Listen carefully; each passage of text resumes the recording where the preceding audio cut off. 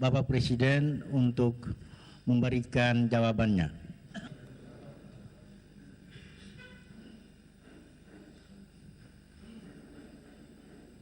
Para Menteri yang terhormat, Bapak Gubernur dan anggota Musbida tingkat 1 dan pejabat-pejabat pemerintahan lain di tingkat masing-masing, para hadirin dan hadirat yang ada di sini. Setelah mendengarkan pembicaraan kelima orang yang kita ikuti tadi, sebelum saya mulai penjelasan saya, ingin saya kemukakan beberapa hal. Pertama, sebelum sampai kemari saya sudah menyampaikan kepada Pak Freddy Numberi dan juga tadi di Merauke sudah saya kemukakan bahwa mulai sekarang dalam pendapat saya kita mendengar pendapat dari pihak pemerintah yang lain bahwa Irian Jaya namanya hendaknya menjadi Papua.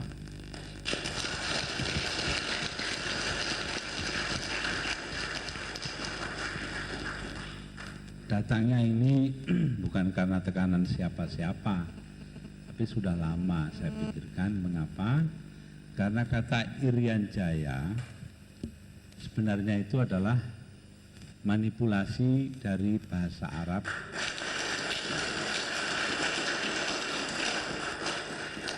yang artinya Urian itu telanjang. Mungkin karena dulu para pengembara Arab datang kemari pertama kali melihat teman-teman di Papua ini memakai kotega saja gitu, kira-kira.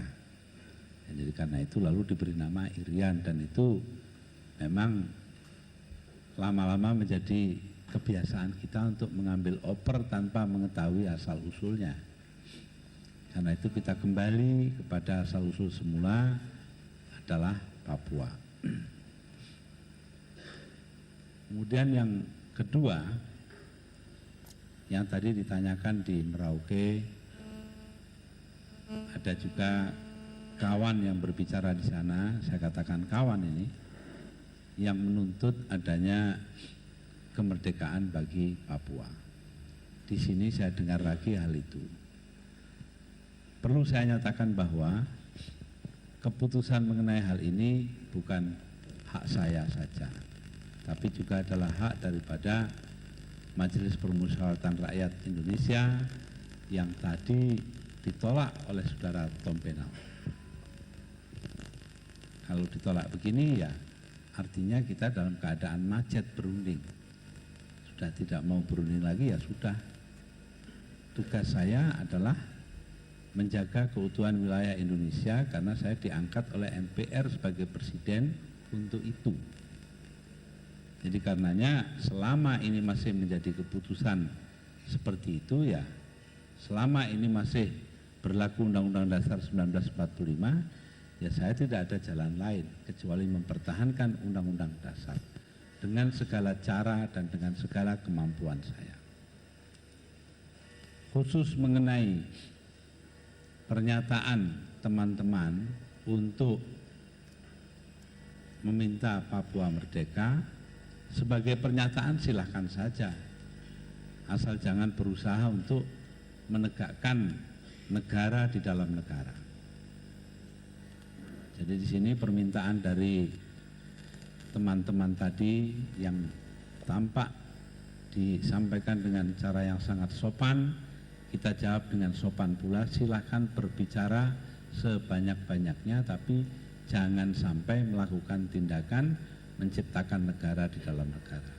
Hal ini tidak akan saya tolerir sama sekali. Ini perlu. Kalau toh nanti jadi diadakan dialog internasional, perlu saya ingatkan kepada pihak-pihak di luar negeri, tidak usah mengirimkan senjata atau apapun yang sifatnya menciptakan negara di dalam negara. Kalau untuk membuat teman-teman kita menyatakan pendapat, silakan, tidak ada masalah.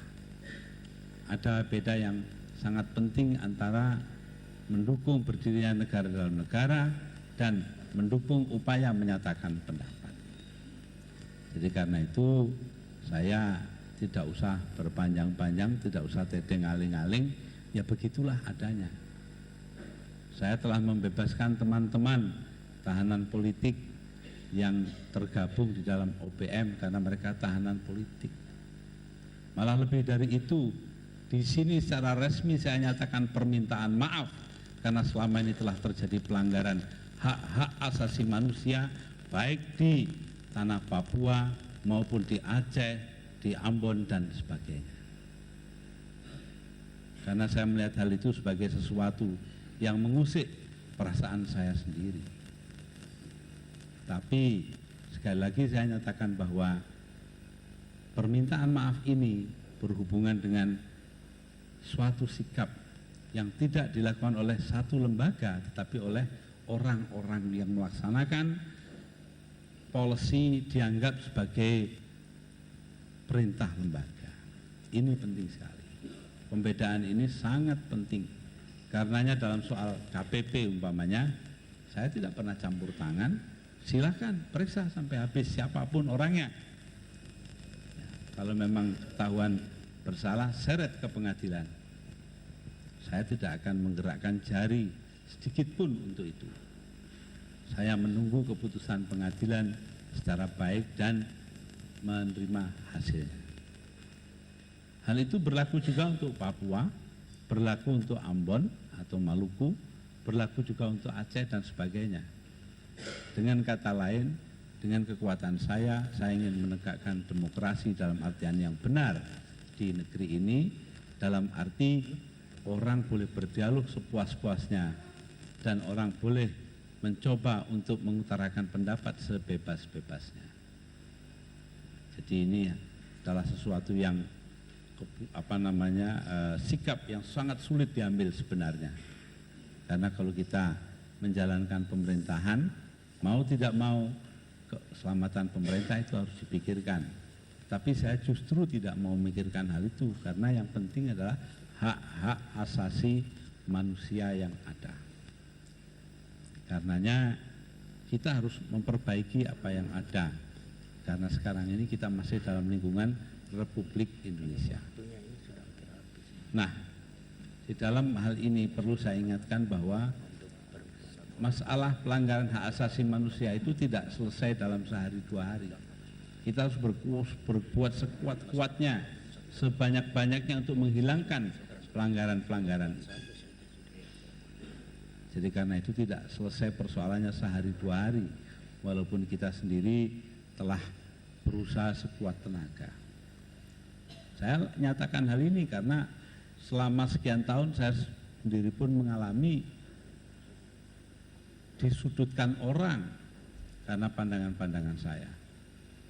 Dianggap bahwa pandangan saya itu pandangan yang salah, pandangan mereka pandangan yang benar. Tapi saya kuatkan itu semua demi untuk kepentingan menegakkan demokrasi dan kedaulatan hukum di Indonesia. Karena itu sekali lagi saya nyatakan bahwa bagi saya yang terpenting saya sampaikan apa yang menjadi pikiran saudara-saudara tadi dinyatakan dalam pernyataan-pernyataan tertulis kepada Ketua MPR Saudara Amin Rais, dan nanti kita serahkan kepada sana bagaimana baiknya. Nah, kalau tadi ada kata-kata sudah tidak hendak mendengarkan Majelis Permusyawaratan Rakyat, saya silahkan, itu urusan Anda bukan urusan saya. Bahwa MPR nanti itu mengambil keputusan apapun dan Anda tidak bisa menerima, selama Anda hanya menyatakan pendapat, saya jamin kebebasan Anda. Saya jamin hak Anda untuk mengutarakan pendapat. Tapi kalau Anda ingin menegakkan pemerintahan di dalam pemerintahan, negara di dalam negara, mau tidak mau kita akan berhadapan. Bukan karena kehendak saya, tetapi karena kehendak saudara. Jadi ini penting sekali untuk diingat. Saya tidak ingin ini ada kekeliruan. Siapapun di Indonesia ini berlaku hukum yang sama, hal itu juga berlaku bagi diri saya. Saya juga tidak setuju dengan pemerintahan yang lalu, dan ada hal yang tidak saya setujui pada pemerintahan yang saya pimpin sekarang ini. Tapi proses harus berjalan terus dan kita menuju kepada kedewasaan pandangan, kepada kematangan. Untuk ini maka jelas sekali masalahnya, tidak perlu kita ulang-ulang lagi, sudah menjadi jelas. Saya bergembira bahwa saudara-saudara datang kemari dengan membawa masalah tersebut. Di antara para pembicara tadi ada yang mempersoalkan tidak adanya wadah bagi kawan-kawan pejuang yang dulu memperjuangkan habis-habisan provinsi ini. Pada orang-orang ini saya katakan bahwa hendaknya Anda sendirilah yang berjuang, karena sekarang inisiatif dipegang oleh masyarakat. Pemerintah sifatnya hanya membantu, tidak mau lebih dari itu. Karena kita sadari bahwa keputusan-keputusan yang diambil di daerah yang demikian luas, dari Sabang ke Merauke, dari Jayapura sampai ke Banda Aceh, ini semua adalah tergantung kepada kehendak rakyat. Kalau saudara-saudara tadi, saudara Tom Benal, saudara Teis dan lain berbicara tentang rakyat, saya pun boleh bicara tentang rakyat. Jadi kita sama-sama bicara mengatasnamakan rakyat. Tergantung nanti kita lihat siapa yang benar-benar mewakili rakyat. Karena itu kita masalah ini kita katakanlah kita bekukan dalam tindakan, tapi kita teruskan di dalam ungkapan-ungkapan dan ucapan-ucapan. Nah, karena itu saya benar-benar merasakan bahwa kita perlu membina daerah ini agar supaya daerah ini bisa menemukan jati dirinya, bisa menemukan kesungguhan dan kedewasaannya. Di antaranya adalah agar hukum adat berlaku di negeri ini. Ini penting sekali, karena selama ini diabaikan hanya untuk membiarkan adanya ketamaan dan kerakusan sementara orang. Itu tidak boleh dibiarkan terjadi. Hukum adat dengan segala macam persoalan yang dihadapinya, karena bukan tidak menghadapi persoalan, ada persoalan itu. Dalam hubungannya dengan hukum pemerintahan kita yang ada, itu semua harus ditinjau dengan kesungguhan dan kejujuran sikap serta keterbukaan perasaan. Ini semua penting artinya. Karena itu saya sengaja datang jauh-jauh dari Jakarta kemari. Ya, sebenarnya tidak lain hanya ingin melihat matahari terbit di Papua ini. Kemudian saya akan kembali ke Jakarta. Ya, setelah mendengarkan tadi ungkapan perasaan dari kawan-kawan Papua merdeka yang menginginkan negara sendiri, sebagai perasaan, sebagai cetusan ungkapan, silakan, tidak ada masalah. Saya terima dengan baik, karena itu adalah kewajiban saya secara konstitusional. Tapi saya juga punya kewajiban konstitusional lain, yaitu mempertahankan keutuhan wilayah yang saya emban saat ini. Karena itu sekali lagi saya nyatakan terima kasih kepada saudara-saudara semua yang datang kemari, kecuali kalau ada hal lain yang perlu disampaikan. Kalau yang itu juga sebenarnya yang dikatakan saudara Tom Benal itu sudah belasan tahun saya ikuti. Tapi saya ingin mendengarkan sendiri dari yang bersangkutan, mendengarkan sendiri dari orang pertama. Oke, sebenarnya tidak perlu ditambah lagi kalau memang tidak perlu. Ya, kalau memang tidak ada hal-hal baru yang dikemukakan, bisa kita sudahi pertemuan ini. Karena apa? Ya, karena apa yang Anda kemukakan tadi itu adalah bagian dari proses kita sebagai bangsa, proses mencapai kedewasaan dan kematangan. Saya tahu persis bahwa masyarakat di Provinsi Papua ini sekarang adalah masyarakat yang heterogen, bermacam-macam pendiriannya, tidak hanya satu pihak saja. Maka itu silakan kita berdialog, berunding, dan marilah kita bersama-sama mencari kesepakatan akhir. Saya sendiri tadinya juga akan ke Timika, karena di sana terjadi arogansi yang luar biasa, tetapi dipandang tidak pada saatnya saya berada di sana sekarang, tidak apa-apa.